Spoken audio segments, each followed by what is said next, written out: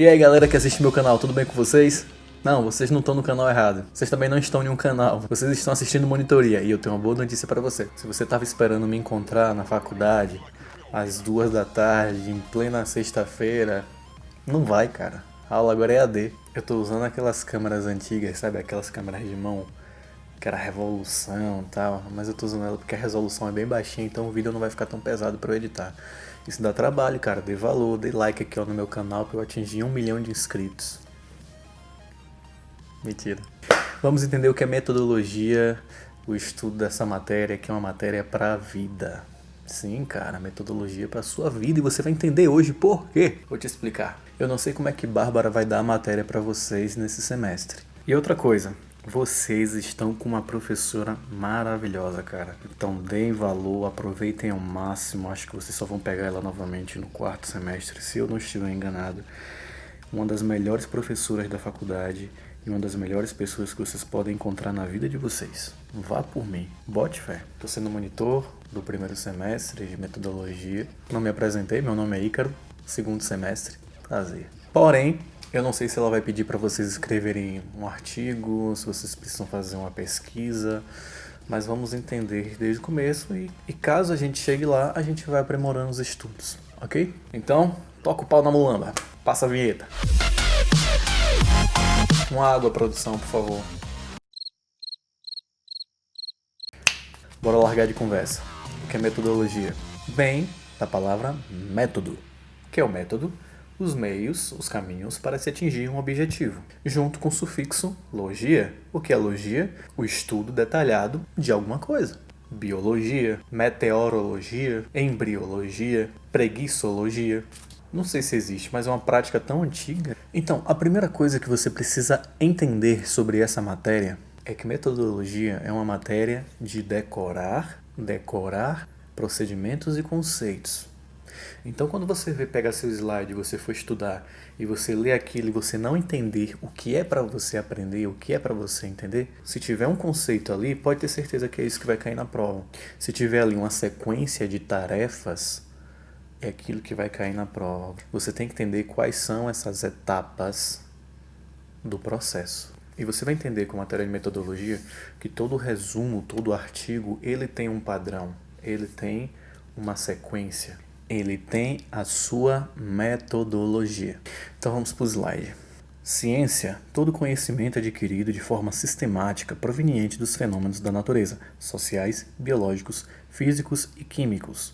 Isso é um conceito. É importante você saber? Sim, é provável que caia na prova. Ok?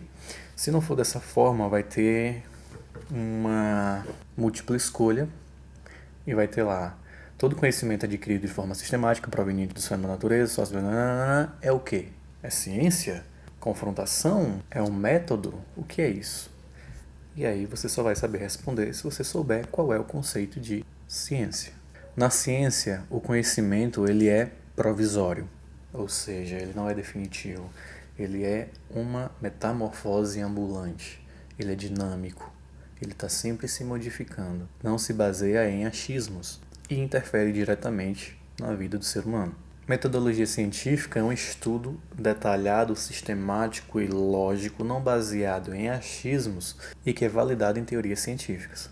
E qual a importância do método científico? Você adquire conhecimento, você reproduz o conhecimento, você descreve como foi feito, como você chegou a ter aquele conhecimento. Porém, existe aquela premissa. O que adianta você ter um conhecimento, saber como funciona, se você não consegue passar isso para frente?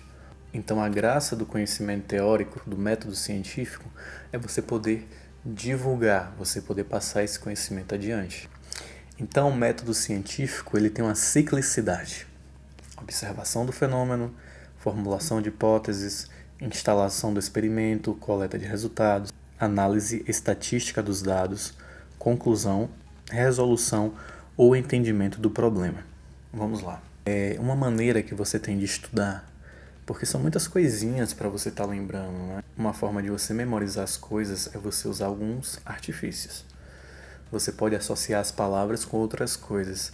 Você pode criar situações mirabolantes com algumas frases que aí você começa a associar com essas palavras e você não esquece. Sabe como eu faço para estudar? Por exemplo, estamos aqui, ó, observação, formulação, instalação, coleta, análise, conclusão, nananana, certo? Deixa eu escrever isso aqui. Então foi o que eu fiz aqui, ó. Uma palavrinha bem estranha. Ofica. Lembra se é alguma coisa? Oficina. Aí você lembra, ela começa com O, F, K, C, R. Aí você sabe que o O é de observação, o F é de formulação, o C é de coleta. E realmente vai ter algumas questões na prova que você vai ter que lembrar a sequência. E eu te digo que é a grande maioria. Questão de múltipla escolha em que vai estar lá misturado. Vai estar as mesmas palavras, só que em ordens diferentes. E aí, se você não souber a ordem, você perde a questão, porque você não lembrou a ordem. Então é um método interessante para você aprender as iniciais das letras formando uma nova palavra. Assim você não perde a sequência daquelas etapas. Tipos de pesquisa. Questão de prova. Pesquisa qualitativa. Pesquisa quantitativa. Qualitativo. O que é que você entende com qualitativo? Qualitativo é aquilo que dá qualidade. Ícaro é bonito. Ícaro é inteligente. Ou seja, eu estou qualificando o Ícaro, estou dando uma qualidade a Ícaro. Porém, eu falo, quanto Ícaro tem de peso? Ah, Ícaro tem 60 quilos. 60 quilos é quantidade, então é quantitativo. Então, a pesquisa qualitativa, ela é subjetiva, ela não é precisa. É uma pesquisa que ela pode vir através de uma narrativa, de uma coleta de dados, através de palestras, através de revistas. Enquanto a quantitativa é mais um dado estatístico, vamos dizer assim. Quando você faz uma pesquisa, tantos por cento dos alunos da sala X gostam de estudar. Você está mexendo com exatas. Então isso é quantitativo. Fácil, simples, deu para entender. A quantitativa é objetivo, tem caráter objetivo, enquanto a qualitativa é subjetivo. A qualitativa tem por objetivo compreender os fenômenos através de dados narrativos, motivação, comportamento, opiniões. A quantitativa tende a entender os fenômenos através de números, quantidades. Ela se dá por dados numéricos, tudo que você pode enumerar. É que nem no inglês, né? Tipo music, não existe musics, né? Ou seja, as coisas que podem ser enumeradas e as que não podem ser enumeradas. Tipo how much e how many, o que pode ser enumerado e o que não pode. E quando é usado? O qualitativo, quando você quer descobrir tendências, opiniões, pensamentos, blá blá blá, blá, blá, blá. E o quantitativo, quando você precisa de dados numéricos. E na amostragem? A qualitativa pega uma amostragem pequena, certo? A quantitativa pega uma amostra representativa para generalizar o todo. Consegue entender? Quando o cara do Ibope vai lá fazer uma pesquisa de intenção de voto, nunca me pesquisaram, né? 50% da população prefere Bolsonaro, 50% prefere Lula. Eles não pesquisaram 200 milhões de pessoas, não. Eles pegaram uma amostra de 4 mil pessoas, 2 mil pessoas, e a partir daquela pequena amostra eles conseguem ter uma noção de intenção de voto, certo? Aí eles dizem, tem uma margem de erro para mais, de 2 pontos para mais, 2 pontos para mais. Eu não confio não nessa intenção de voto aí não, mas não estou dizendo que estatística não funciona, funciona muito. O problema é como é feita essa estatística, qual é a metodologia para fazer essa estatística.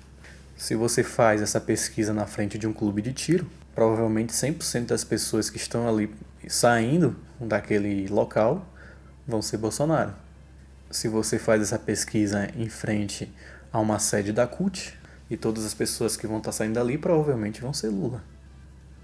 Então ninguém sabe qual é a metodologia para fazer essa pesquisa de intenção de voto. Então eu não confio.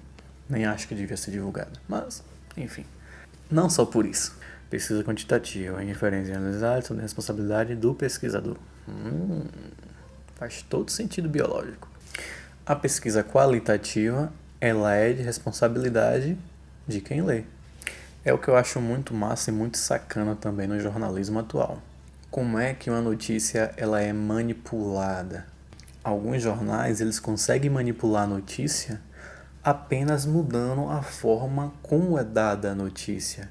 Eles não afirmam que alguém fez algo, mas para uma pessoa que não está com a mente certa e é facilmente manipulada, ela automaticamente associa aquela notícia a uma coisa ruim, quando na verdade não foi isso que aconteceu.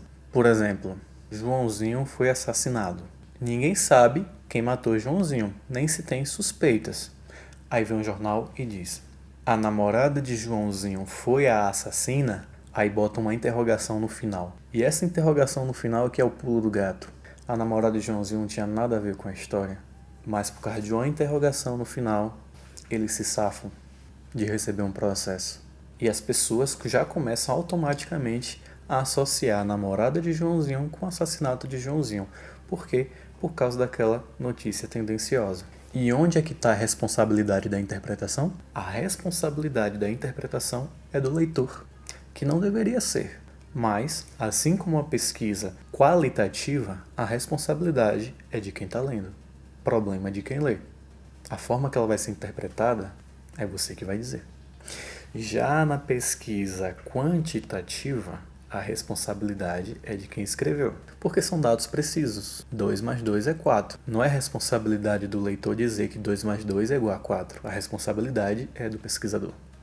Conceito de conhecimento: apreensão intelectual de um fato ou de uma verdade, como domínio teórico ou prático de um assunto, uma arte, uma técnica, etc., que é o senso comum e o conhecimento científico. Alguém chegou para você e fez assim: manga com leite mata. Ai, pão. A vida toda a galera sem comer leite nem tomar manga, com medo de morrer. Picolé de manga nunca mais. Aí um dia você parou e pensou: pô, velho, sacarose com lactose, será que mata mesmo? Então esse é o senso comum. Ou seja, aquele conhecimento ele é difundido, repassado e ninguém se pergunta por que está fazendo ele. Simplesmente bota a viseirinha de burro no olho e segue. Transmitido de geração para geração, é cultural, educação não formal, baseada em experiências pessoais, desprovido de explicações. Já o conhecimento científico resulta de investigação, é desenvolvido pela demonstração ou experiência, é transmitido por intermédio de treinamento apropriado, conhecimento obtido de modo racional, explica o porquê e acompanha os procedimentos científicos. Ciência empírica é aquela obtida por meio de observação. Se eu falo, eu vou ganhar dinheiro na minha empresa tão certo quanto o sol nascerá amanhã, um leigo sabe que o sol nascerá amanhã por meio da observação de que o sol amanhece no outro dia todos os dias, ok? Isso através do senso comum. Já pelo conhecimento científico, a pessoa não simplesmente diz que o sol nascerá amanhã. Ela sabe que existe um processo de rotação da Terra e que isso possibilita haver dias e noites na Terra. Então, essa é a diferença entre o senso comum e o conhecimento científico. Então, o método científico, ele tem uma metodologia, ele tem seus elementos, que são observação, então é necessário delimitar claramente o fenômeno a ser observado, descrição, o experimento precisa ser replicável, previsão, o fenômeno precisa ser válido para observação, feitos no passado, no presente e no futuro, e o controle, para maior segurança nas conclusões, toda experiência deve ser controlada. Vamos lá, voltando agora para vestibular. Você passar na prova. ODPC. Lembre dessa ordem. ODPC. Se ficar difícil de decorar, bota assim: obdes preco. O que é obdes preco? Observação, descrição, previsão, controle. E é isso, para passar na prova, se você não entender. Então, os tipos de métodos científicos são os dedutivo, indutivo, hipotético, dedutivo. Então, dedutivo, como o nome já está dizendo, é você deduzir. Simplesmente você deduz, o sol nascerá amanhã. Tá, porque nasce todos os dias. Mas pode acontecer do sol um dia não nascer, mas como ele nasce todos os dias, amanhã ele vai nascer. Então tá. Por quê? Não sei, só sei que ele vai nascer. Estou deduzindo. Por mais que eu esteja certo, mas eu estou deduzindo. Então, o dedutivo ele parte do geral para o particular. Eu tenho aquele evento corriqueiro de que o sol vai nascer amanhã, E por isso eu deduzo que o Sol vai nascer amanhã. Por que vai nascer amanhã? Não sei. Só sei que ele vai. Já o indutivo parte do particular para a generalização.